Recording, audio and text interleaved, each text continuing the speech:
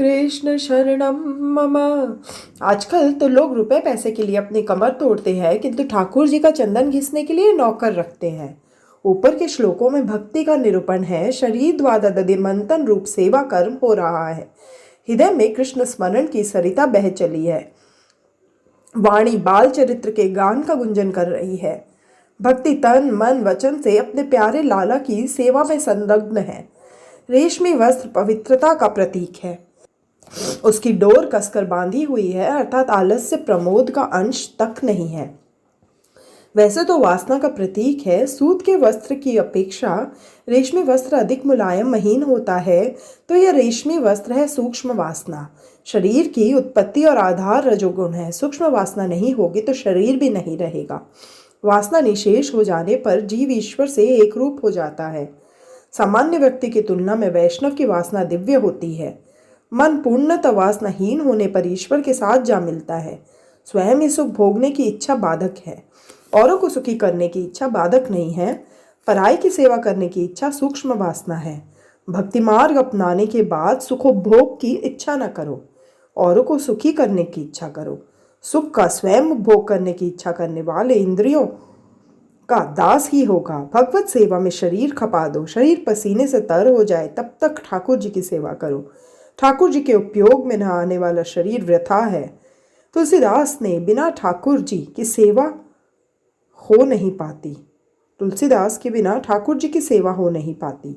यह शरीर श्री कृष्ण का है, श्री कृष्ण के लिए है। यह शरीर धर्म क्षेत्र है।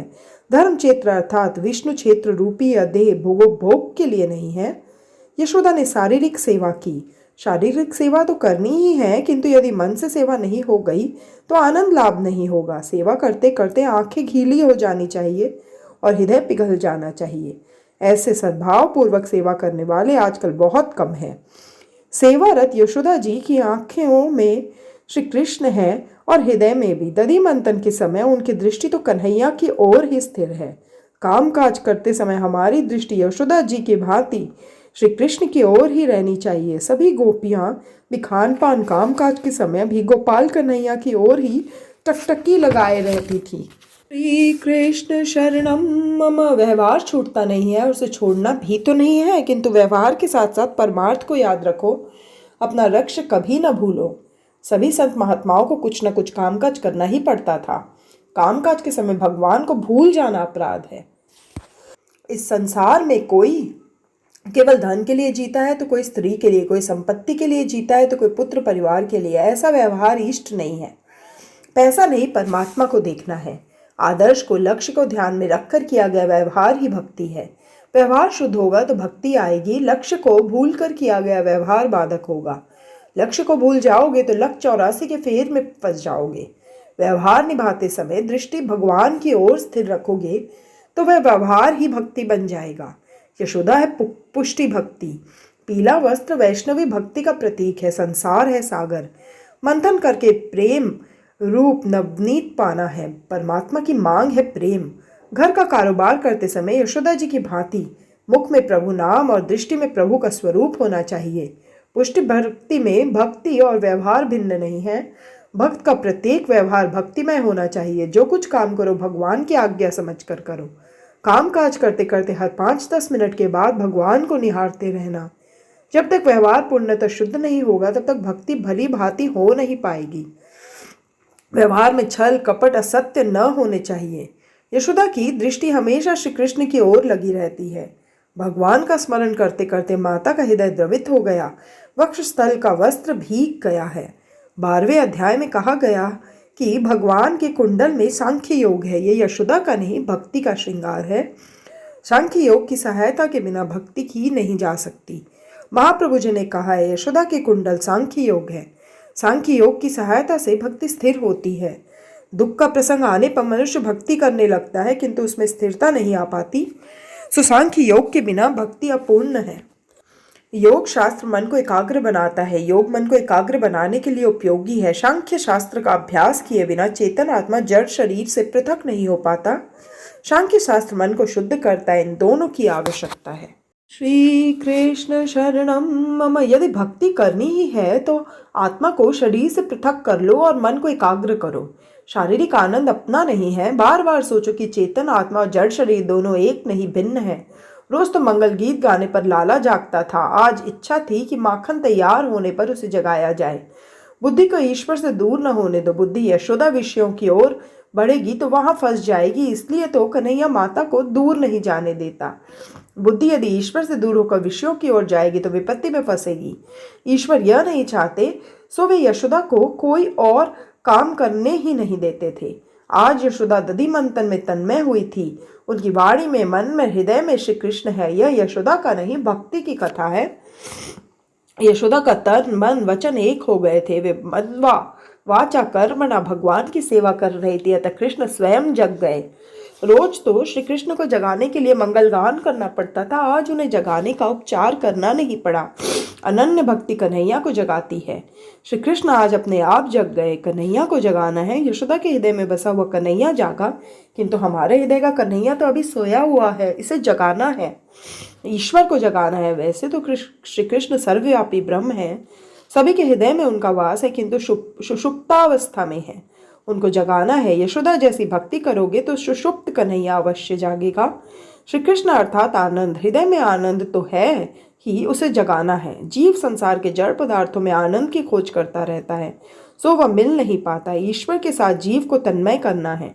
ईश्वर को किसी भी वस्तु की आवश्यकता नहीं है, अंदर सोए हुए भगवान को जगाना है। भगवान जागे नहीं कि आनंद ही आनंद हो जाएगा। सच्चे वैष्णव के शरीर का पसीना बहता है तब ठाकुर जी जागते हैं। वैष्णव दुखी होता है तो लाला चैन से सो नहीं सकेगा। शुद्ध प्रेमी को परिश्रम सता नहीं सकता। यदि यशोदा की भांति सेवा करोगे तो तुम्हारी भक्ति को देखकर तुम्हारे हृदय में सोया हुआ कन्हैया अवश्य जागेगा। यशोदा की निष्काम भक्ति को देखकर भगवान सकाम बने। भक्ति उमड़ने लगती है तो भगवान सकाम स्तन्य काम बनते हैं। उपनिषद भगवान को निष्काम बताती है। सुखदेव जी भगवान को सकाम कहते। श्री कृष्ण शरणम मम ताम स्तन्य काम साध्य मंत्रंतो जननीम हरि। उस समय भगवान श्री कृष्ण स्तनपान करने की इच्छा से माता के पास आए जो दधि मंथन कर रही थी। वैसे तो ईश्वर निराहारी है, किंतु यह तो भक्त के हृदय की भावना है। भक्त का हृदय जब प्रेमार्द्र होता है तब भगवान भूखे होते हैं। कन्हैया जागा तो माता को ढूंढता हुआ इधर आ पहुंचा। उसने पीछे से माता का आंचल खींचा। यशोदा तो अपने काम में ऐसी लीन थी कि उन्हें खबर तक न हुई। कन्हैया माता से कहने लगा, माँ मुझे भूख लगी है, पहले मुझे दूध पिला। यशोदा साधक है, दधि मंथन साधन है, श्री कृष्ण साध्य है। साधना ऐसी करो कि साध्य अपने आप आ मिले। साधन तन्मय साधक को साध्य स्वयं जगाता है। मनुष्य साधारणतः सच्चे हृदय से साधना करता नहीं है, अतः वह भगवान को देख नहीं पाता है। यदि तुम कन्हैया के पीछे लग जाओ तो वह अवश्य मिलता है। कन्हैया तो जीव से मिलने के लिए स्वयं आतुर है, किंतु जीव ही उसकी अपेक्षा करता रहता है। साधना ऐसी तन्मयता से करो कि देह भान तक शेष न रहे और साध्य स्वयं तुम्हारे पीछे दौड़ने लगे। यशोदा की भक्ति देखकर कृष्ण ने पीछे से आंचल पकड़ लिया। तुम भी सेवा साधना में ऐसे डूब जाओ कि साध्य स्वयं तुम्हारे द्वार पर आ जाए। यही तो है पुष्टि भक्ति। शरीर से भक्ति करते समय आंखों में और मन में श्री कृष्ण को बसाए रखो। यशोदा सर्वांग भक्ति करती हुई श्री कृष्ण का नाम जप रही है। शरीर से सेवा करोगे, वाणी से कीर्तन करोगे और मन को श्री कृष्ण में रमाए रहोगे तो तुम्हारे हृदय में भी कन्हैया जाग जाएगा। घर का सारा कामकाज कृष्ण कीर्तन करते हुए ही करो। उनका कीर्तन करने से आंखें खुली होने पर भी जगत भुलाया जा सकेगा। योगी जन आंखें मूंद कर ब्रह्म चिंतन करते हुए जगत को भूलने का प्रयास करते हैं, फिर भी वे उसे भुला नहीं पाते। वाणी से कीर्तन, आंखों से दर्शन, शरीर से सेवा करने के कारण यशोदा के हृदय में श्री कृष्ण जाग गए। प्रेम से स्मरण करने पर हृदय द्रवित होता है और आनंद प्राप्त होता है। आनंद ब्रह्म का स्वरूप है। निद्रा अवस्था के आनंद की भांति जागृत अवस्था में मुक्ति पाई जाती है। कन्हैया घुटनों के बल माता के पास आया और आंचल पकड़कर कहने लगा, मुझे भूख लगी है, मुझे खाने को दो। अब यशोदा काम को अधूरा छोड़ना नहीं चाहती।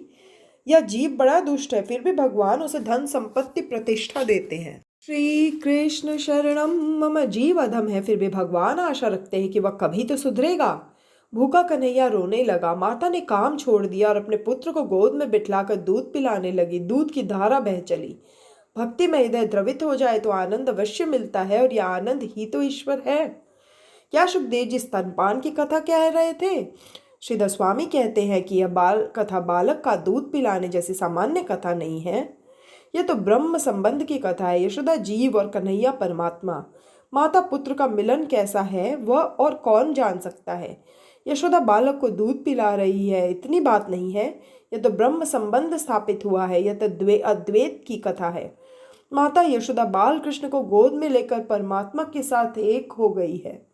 यह तो जीव और ब्रह्म का मिलन है। ऐसे मिलन के समय बाहर के संसार को मन में घुसने न देना। ब्रह्म मिलन के समय, ईश्वर मिलन के समय सांसारिक विषयों से दूर ही रहना। यशोदा का ब्रह्म संबंध हुआ तब अलौकिक आनंद की वृष्टि हो रही थी। स्तनपान करते करते कन्हैया ने सोचा, आज जरा माता की कसौटी भी तो करूं कि उसे मैं अधिक प्यारा हूं या संसार। उसे मुझसे ज्यादा लगाव है या सांसारिक व्यवहार से। परमात्मा कसौटी किए बिना किसी भी जीव को अपना नहीं बनाते। क्षुद्र मनुष्य 2-4 पैसों के लिए भी पाप करता रहता है। छोटे छोटे पाप मिलकर महापाप होता है। पान न करना सबसे बड़ा पुण्य है। कसौटी में से पार उतरने परमात्मा कृपा भी करते हैं। वे सभी जीव को कसौटी करने के बाद ही अपनाते। वे चाहते हैं कि जीव उनसे सबसे अधिक प्रेम करे। ईश्वर की माला पहन लेने के बाद यदि दूसरों से प्रेम करने लगे तो ईश्वर अप्रसन्न हो जाते हैं। ईश्वर चाहते हैं कि जीव एकमात्र उन्हीं से प्रेम करे। प्रेम करने योग्य तो ईश्वर ही है, क्योंकि जगत के पदार्थों का प्रेम कभी न कभी रुलाता ही है। कन्हैया ने माता की परीक्षा लेने की सोची। मैं अग्नि को हवा दूंगा, वह प्रज्वलित होगी तो चूल्हे पर रखा दूध ऊन कर चूल्हे में बहने लगेगा। अब यदि माता मुझे छोड़कर दूध को बचाने दौड़ेगी तो मैं मान लूंगा कि उसे मैं नहीं, सांसारिक संपत्ति ही अधिक प्यारी है। कई लोग सोचते हैं कि संसार व्यवहार के सभी काम अच्छी तरह से पूरे होने पर भक्ति करेंगे। अरे संसार का व्यवहार न तो कभी अच्छी तरह से समाप्त हुआ है और न कभी होगा। श्री कृष्ण शरणम मम। महापुरुष ने कहा है, इस जगत में हर तरह से सुखी न तो कोई हुआ है और न कोई होगा, और यदि होगा भी तो वह अपना गौरव गवा देगा। संसार में कठिनाइयां तो आती ही रहेंगी, किंतु एक भी क्षण परमात्मा का स्मरण न छोड़ने की प्रतिज्ञा करनी होगी। ऐसा करने पर ही पाप से पुण्य बढ़ जाएगा। जब मनुष्य जन्म मिलता है तो पाप और पुण्य दोनों झेलने पड़ते हैं। दुखद प्रसंग आने पर मन को समझाया जाए कि पाप घट रहा है। कन्हैया की आज्ञा से अग्नि प्रज्वलित हुई और दूध ऊनता हुआ बाहर बहने लगा। इन साधु लोगों को और कोई काम तो है नहीं। दिवस में स्वाद रहित अन्न एक बार खाकर सारा दिन राधे कृष्ण का चिंतन करते रहते हैं। इस दूध के ऊनने के प्रसंग के वे कुछ कारण इस प्रकार बताते हैं। पहला, वह दूध ऋषि रूपा गाय का था। ऋषि तप और साधना करते करते थक गए, फिर भी उनके मन में बसे हुए काम का नाश नहीं हो पाया। उस बुद्धिवासी काम का नाश करने के लिए ऋषि गायों का रूप लेकर गोकुल में आ बसे थे। दूध कन्हैया के उदर में जाना चाहता था। यदि श्री कृष्ण मेरा आहार करेंगे तो मेरा कल्याण होगा। जड़ पदार्थ भी भगवान की इच्छा रखते हैं। कामी के उपयोग में आने पर भोग विलास से पदार्थ का विनाश होता है। तुम स्वयं यदि कृष्ण के उदर में हृदय में बस पाओगे या उनको तुम अपने हृदय में बसा पाओगे, तभी तुम्हें शांति मिलेगी। योगी जन परमात्मा के स्वरूप में मिल जाते हैं। वैष्णव श्री कृष्ण को अपने स्वरूप में उतार देते हैं। दोनों मार्ग एक ही है। यदि यशोदा जी कृष्ण को बहुत स्तनपान कराएंगी तो उसे भूख नहीं रहेगी और वे मेरा आहार नहीं करेंगे। यदि भगवान की सेवा में मैं नहीं कर पाऊंगा तो मेरा अस्तित्व वृथा ही रहेगा। अतः मुझे तो अग्नि में कूदकर अपने आप को समाप्त कर देना है। जीना है उसका भला जो इंसान के लिए जिए, मरना है उसका भला जो अपने लिए जिए। अपने लिए जीना कोई जीना नहीं है। ऐसे तो कौवा भी अच्छा है जो अपने कुटुंब के लिए ही जीता है, अपने भाइयों को भी बुलाता है, पर नहीं, परोपकार के लिए जीना ही जीना है। स्वयं सुख भोग करने की वासना भक्ति के लिए बाधक है, औरों को सुखी करने की भावना भक्ति साधक है। समय का नाश सर्वस्व का नाश है।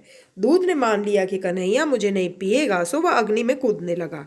दूसरा दूध चाहता था और मानता था कि यशोदा थोड़ा सा अपना दूध पिलाएगी और भूख बाकी रह जाएगी तो कृष्ण उसे पिएगा, किंतु लाला तो माता का दूध ही पिए जा रहा था। दूध ने सोचा कि लाला मुझे नहीं पिएगा तो वह मुझे भी पी ऐसी विनती करता हुआ बर्तन से बाहर दौड़ पड़ा। श्री कृष्ण शरणम मम। तो एक महात्मा कहते हैं, दूध यशोदा जी के घर का था, अतः उसे कृष्ण कीर्तन, कृष्ण कथा श्रवण, सत्संग का लाभ मिला था। 1 करोड़ जपमाला दिव्यता का संचार करती है तो दूध स्वयं कन्हैया के घर का वासी था और वह दूध तो ऋषि रूपा गाय का था। दूध ने बालकृष्ण का दर्शन पाया तो वह उनसे मिलने के लिए आतुर होकर, अधीर होकर दौड़ पड़ा। ऐसी लीला तो सभी के घर में रोज रोज होती रहती है। विषय सुख का छलकना ही तो दूध का छलकना है। दूध का उफान विषय सुखों की याद है। संसार के सुखों का उपभोग इस प्रकार करो कि मन उसमें चिपक न जाए, याद बाकी न रह जाए। ठाकुर जी की सेवा करने के समय विषय सुखों की याद आना दूध के छलकने जैसा ही है और ऐसा होने पर भक्ति मिट जाती है। आज लोगों को घर का कामकाज करते समय कुछ भी याद नहीं आता है, किंतु माला हाथ में लेते ही घर गृहस्थी की सभी झंझट मन में उभर आते हैं। कुछ प्राप्त करने का समय निकट आते ही साधक के मन में संसार आ खड़ा होता है। परीक्षा लेने के हेतु ही कन्हैया ऐसी माया रचता रहता है। ब्रह्म संबंध होने के समय वासना की याद दूध के छलकने की भांति आनी नहीं चाहिए। प्रभु स्मरण करते करते विषय सुखों का स्मरण होने पर भगवान विस्मृति के अंधेरे में छिप जाते हैं। सेवा करते करते जगत की याद आना या करना इष्ट नहीं है। लोग डाकोर के रणछोड़ राय जी को याद नहीं करते, किंतु वहाँ का गोटा एक खाद्य विशेष याद करते रहते हैं। डाकोर जी की सुंदरता की नहीं, गोटा के स्वाद की याद सताती रहती है। ईश्वर की सेवा करते करते यदि विषय सुख याद आ जाए तो मान लेना कि दूध छलकने लगा है। सेवा करते समय आंखें, कान और मन किसी और को न दो। किसी से बातचीत न करो। आंखें झुकाकर जय श्री कृष्ण कहकर सेवा में लगे रहो। यदि इस समय किसी की नज़र मिलाओगे तो मन चंचल हो जाएगा, सेवा का काम अधूरा छूट जाएगा। एक अन्य महात्मा ने कुछ इस प्रकार कहा है, यशोदा जी को वैसे तो कन्हैया ही अधिक प्यारा था, किंतु चूल्हे पर जो दूध था वह गंगी नामक गाय का था। कन्हैया को इस गाय का दूध बड़ा पसंद था और वही पीता था। सो यशोदा ने सोचा कि यदि वह दूध छलक जाएगा और कन्हैया गंगी गाय का ही दूध मांगेगा तो मैं उसे क्या पिलाऊंगी। इस प्रकार यशोदा दूध को बचाने के लिए नहीं, किंतु कन्हैया के प्यारे भोजन को बचाने के लिए दौड़ी थी। श्री कृष्ण शरणम मम। प्रियजन की अपेक्षा प्रियजन की वस्तु अधिक प्रिय लगती है। एक और महात्मा कुछ इस प्रकार कहते हैं, दूध ने परमात्मा को यशोदा की गोद में रख देखा। ईश्वर दर्शन के बाद भी मुझे अग्नि की आंच सहनी पड़ती है। मेरा दुख ताप अभी तक कम नहीं हो पाया। मेरे पाप बहुत है, मैं जीने योग्य नहीं हूँ। मुझे अग्नि में कूद कर मर ही जाना चाहिए। ऐसा सोचकर दूध छलकने लगा। यशोदा जी लाला को एक ओर लिटाकर चूल्हे पर दूध का बर्तन उतारने के लिए दौड़ी। जीव भी बड़ा विचित्र है। अपना व्यावहारिक कार्य करते समय ईश्वर को याद करता रहता है, किंतु जब ईश्वर उसकी गोद में आ बैठते हैं, ईश्वर के संबंध जुड़ जाता है, तब वह ईश्वर को एक और रखकर छोड़कर उस सांसारिक कार्य के पीछे दौड़ने लगता है। ब्रह्म संबंध होने पर संसार का स्मरण हो जाना तो उस दूध का छलकना ही है। कई लोग माला तो फेरते हैं, किंतु उनका मन तो साग सब्जी की खरीद में, घर गृहस्थी की चिंता में लगा होता है। ऐसे जप में प्रभु का नहीं, उन वस्तुओं का जप होता रहता है। वियोग में अपेक्षा का जानना गुण दर्शन है। संयोग में उपेक्षा का भाव दोष दर्शन है। कन्हैया दूर था तो यशोदा उसे गोद में उठाने के लिए ललायित थी, और अब गोद में आया तो उसकी उपेक्षा करके दूध के पीछे भागने लगी। सुलभ वस्तु की उपेक्षा करना तो जीव का स्वभाव है। भगवान ने सोचा कि यशोदा ने कई व्रत तप किए तो मैं उसे मिला, किंतु अब सेर दो सेर दूध के लिए मुझे छोड़ चली है। लाला को छोड़कर यशोदा जी सांसारिक काम करने गई। लाला ने सोचा कि माता को वह नहीं, संसार ही अधिक प्यारा है, तो माता को सीख देने के हेतु लाला ने पत्थर मारकर 1 मण दही का घड़ा फोड़ दिया। श्री महाप्रभु ने आज्ञा की कि श्री कृष्ण की सेवा लौकिक भाव से कभी न करना। अलौकिक सेवा छोड़कर लौकिक कार्य सुधारने जाओगे तो भगवान उसे और बिगाड़ेंगे। प्रभु को अलौकिक और लौकिक दोनों की चिंता है, उनको हमारी बड़ी चिंता रहती है। यदि मनुष्य चिंता करके अपने हृदय को जलाता रहेगा तो मेरा क्या होगा, ऐसा वे सोचते हैं। मैं समर्थ हूँ और मेरा स्वामी तो सर्वसमर्थ सर्वशक्तिमान है, ऐसा मानकर निश्चिंत होकर प्रभु का स्मरण मनन चिंतन करते रहो। श्री कृष्ण शरणम मम। भगवत स्मरण सेवा करते समय घर में यदि कुछ नुकसान हो तो होने दो। तन ठाकुर जी के पास हो और मन रसोई घर में तो वह सेवा सेवा कैसे कही जाएगी। भगवत सेवा को अधूरी छोड़कर लौकिक काम सुधारने जाओगे तो वो और भी बिगड़ेगा। इसलिए तो श्री कृष्ण ने दही का घड़ा फोड़ दिया। श्री कृष्ण ने विषयासक्ति रूप घड़ा फोड़ दिया। यशोदा की विषयासक्ति नष्ट करने के हेतु ही दही का बर्तन फोड़ दिया। संसारासक्ति के नाश के बिना भगवत प्रेम नहीं उत्पन्न होता। हरि पर विश्वास रखकर ईश्वर सेवा श्री कृष्ण भक्ति करनी चाहिए। श्री कृष्ण भक्ति प्रभु सेवा करने वाले की लाज प्रभु हमेशा रखते हैं। हरि न भजताम हजी कोई, जिलाज जता नथि जानी रे, जेनी सुरता साम लिया, सात वदे वदेवाणी रे, बहाले उर्ग्यो प्रहलाद, हिरणा कंस मार्यो रे, विभीषण ने अप्यो राज रावण संहार्यो रे, बहाले नरसिंह मेहता ने हार हाथों हाथ आप्यो रे, ध्रुव ने आप्यो अविचल राज पोता न करी स्थाप्यो रे, बहाल मीरा ते बाइया झेर हलाहल पीध्या रे, पोंचालीनम पूरिया चीर पांडव काम कीधा रे, आवो हरि भजवानो हलावो भजन कोई कर शेरे, कर जोड़ी कहे प्रेमल दास भक्तो नाम दुख हर्षे रे। जब तक संसारासक्ति नहीं जाती तब तक भगवत भक्ति सिद्ध नहीं होती। संसार के विषय भोगों से कभी तृप्ति नहीं मिलेगी। लोग साग सब्जी और चटनी अचार में तेल की धार करते हैं। तेल से सराबोर होने पर भी वे चाव से खाते हैं। अब जरा सोचो, आज तक हमारे पेट में तेल न जाने कितने डिब्बे पहुंच गए और अनाज भी कितनी अगणित बोरियां हमारे उदर में स्वाहा कर ली, फिर भी हम तृप्त हुए क्या? ईश्वर को ताक पर रखकर लौकिक कार्य में लगे रहना अच्छा नहीं है। सांसारिक कार्यों के पीछे यदि इसी प्रकार लगे रहोगे तो वे और भी बिगड़ते जाएंगे। इतने में कुछ बाल मित्रों ने आकर कन्हैया से पूछा, लाला आज कौन से घर को निशाना बनाना है हमें? कन्हैया ने कहा, आज तो अपने ही घर का माखन उड़ाना है।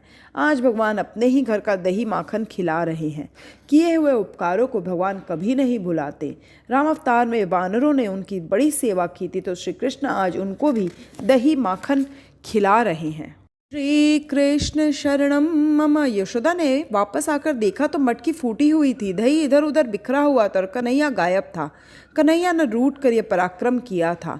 लाला छीके पर से माखन उतारकर बाल मित्रों को और वानरों को खिला रहा था। वानर अर्थात मन वानर सा चंचल है, किंतु श्री राम और श्री कृष्ण के सामने तो वह हाथ जोड़कर सिर नवाकर खड़ा रह जाता है। उनके बिना चंचल मन वानर शांत नहीं होता। वानर फलाहार करते हैं और निर्वस्त्र रहते हैं, वे तो साधु जैसे हैं। कन्हैया उन्हें माखन खिला रहा है। यशोदा ने लाला को चोरी करते देखा तो मान लिया कि गोपियों की बात सच्ची थी। लाला की चोरी करने की आदत है। लाला को पकड़कर बांधना होगा। जिस ओखली पर वह खड़ा है उसके साथ ही मैं उसे बांध दूंगी। यशोदा लकड़ी लेकर श्री कृष्ण के पीछे दौड़ी। मित्रों ने लाला से कहा, माई भागो। आगे लाला दौड़ रहा है और उसके पीछे यशोदा। जिस ईश्वर को योगी पकड़ नहीं पा रहे उन्हीं को पकड़ने के लिए यशोदा दौड़ रही है।